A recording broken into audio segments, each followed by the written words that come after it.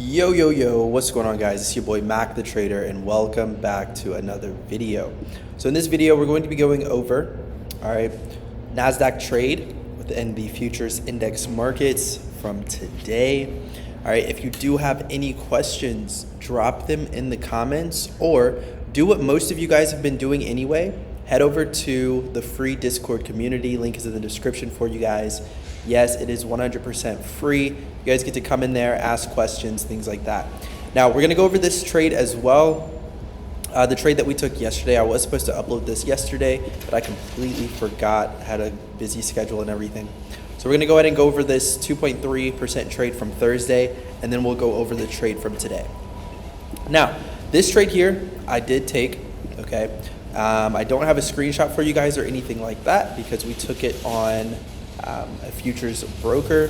All right, so I don't actually have it on my phone or anything like that. It's on my desktop, and I'm on my laptop right now. However, all right, if you're within the Discord community, all right, I dropped this in the indices channel for you guys, so feel free to go, look at that, study that if you would like. All right, so we took this trade here.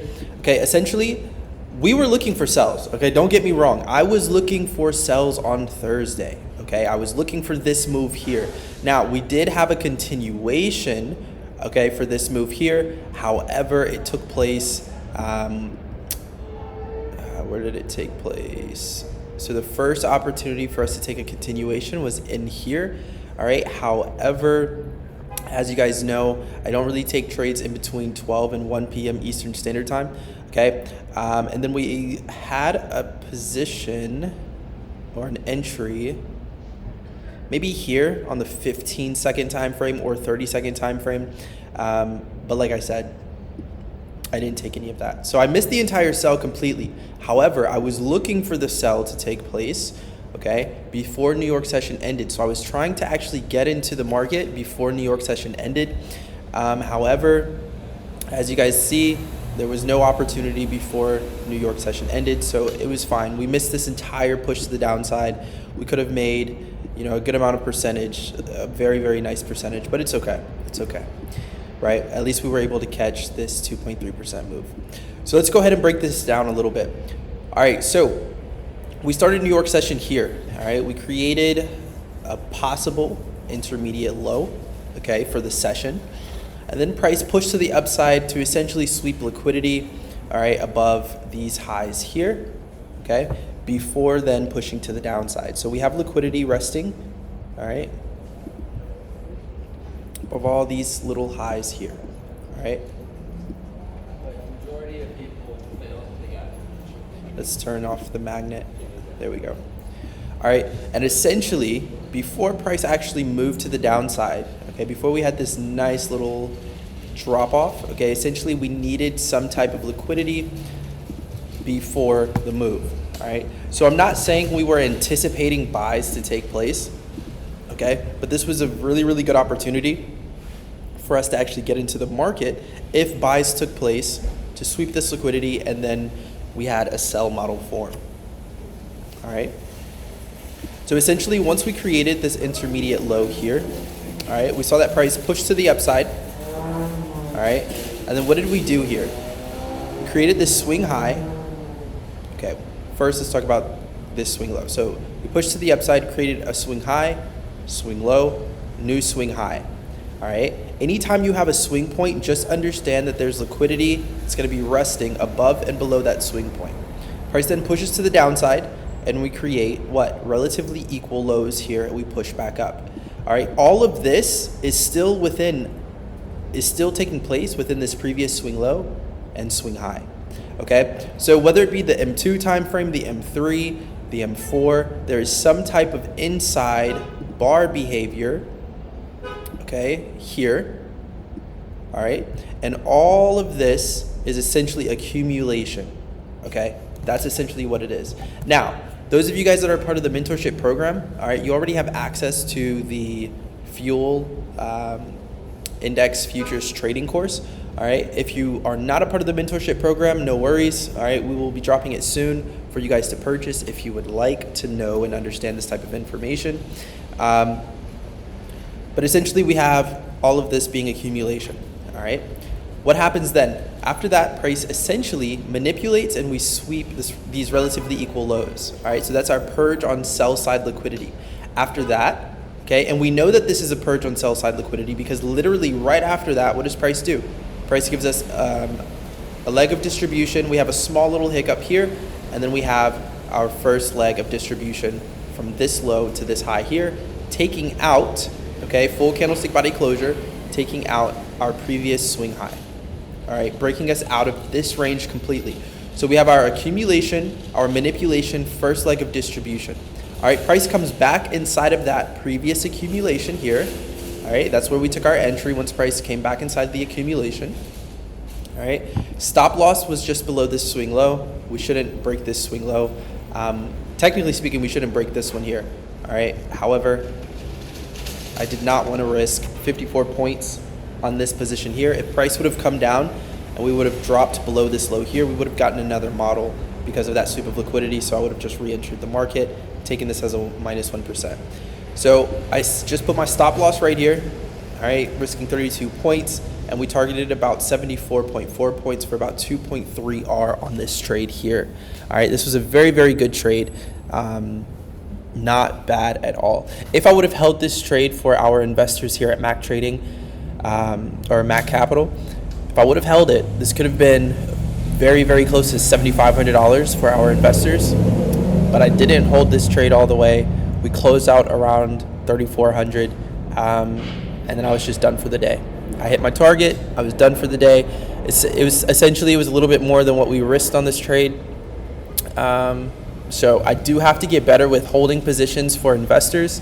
I'm very, very good with holding positions for myself, because I really don't care if it hits target or stop loss based on my risk.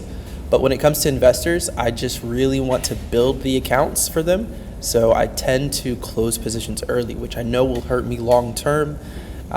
So I am working on that for sure, because this could have been a very, very great trade. I closed like halfway through, but it's okay.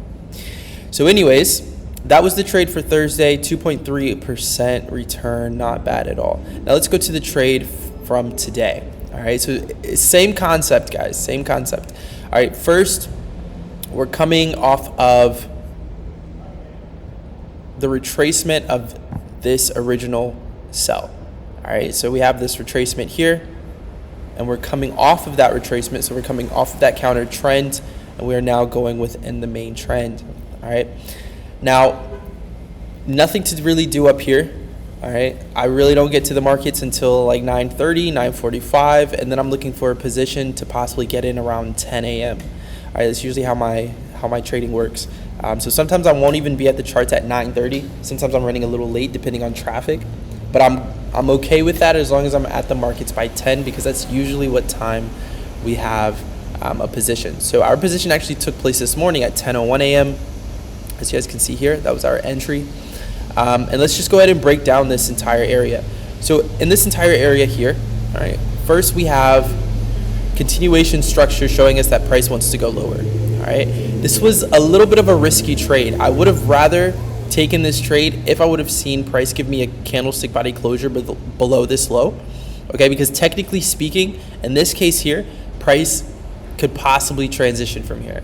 All right, what do I mean by that? So if we're looking at structure, all right, we can see that price gives us, we'll just start here. All right, it starts back here, but we'll just start here. So we have a swing high, okay? Yes, this is a swing low, but this is more so a purge on liquidity because we don't actually get a candlestick body closure showing us that price wants to go lower. All right, then we create another high here, lower high, all right? And then we have a lower low. Okay, so this is our new leg of structure from point A to point B. The fact that we didn't get a candlestick body closure here, you could say from point A here to point B. All right, so point A, point B, and then what does price do? Price ends up raiding buy side liquidity here. All right, however, if you did not know that this was a raid, you could have thought that this was a possible change of character within the market. All right, now what's going to save you guys from taking losing trades like this? All right, so here's our structure here. Point A, we have a low here. So high, low. price breaks this high with a full candlestick body closure. All right. If we wanted to go higher, okay, if I were you guys, whenever you do see somewhat of a change of character within the market, have a little bit of patience. What do I mean by that? Well, if you do want to take advantage of changes of character within the market, okay, and it's not something that my team and I trade, okay, I'm just trying to drop some insight on you guys. If you do want to take advantage of changes of character, wait for the double confirmation. The double confirmation takes place after price is giving you the change of character.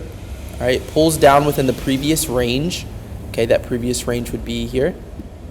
Okay, and then essentially it gives you another leg of structure that breaks the structure previous, which created that change of character.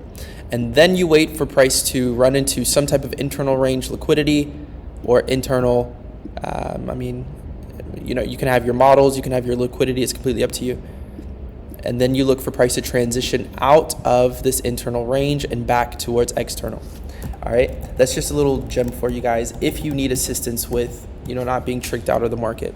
Another little key, understand that if price gives you a change of character, all right, you don't want to see price trade below the previous low of the structure in this case. All right, so the fact that price gives us, a wick below this low here, all right, that tells us that price wants to continue to move to the downside. Because if not, okay, we would not have wicked below this at all. All right. Now, it was a little risky because we wicked and then we pushed to the upside. Now, knowing that price still wants to trade lower, okay, we were able to take a position once we saw our model form. However, okay, if price would not have given me a complete sweep of buy side liquidity here, like let's say we would have just had a wick here and then we moved to the downside and we created a wick here, more than likely we would have run these highs. Even if we wanted to continue lower, price would have run the highs first, then we would have dropped lower if that's what price wanted to do. All right, so after all of that took place, and I hope all of that makes sense, but after all of that took place, all right, essentially price gave us accumulation here, these two bearish candles inside of this bullish candle here. Beautiful. Absolutely beautiful. We then have manipulation wick. Price drops to the downside, full candlestick body closure, showing us that price wants to go lower. All right, we came back inside of our accumulation. We took our entry, and then we simply set our target for 300 standard or 300% of this manipulated range here, or 3 standard deviations. All right, for about 2.46. Not bad at all if you were using the fuel trading model on the Nasdaq this morning. So that basically concludes yesterday's trade and today's trade. Usually if I have one winner, I'm done for the day. If I do take a loss first, then usually I'll take like 2 more trades. But yesterday was pretty straightforward. Today was pretty straightforward. So I will catch you guys on the next one. Much love and peace out.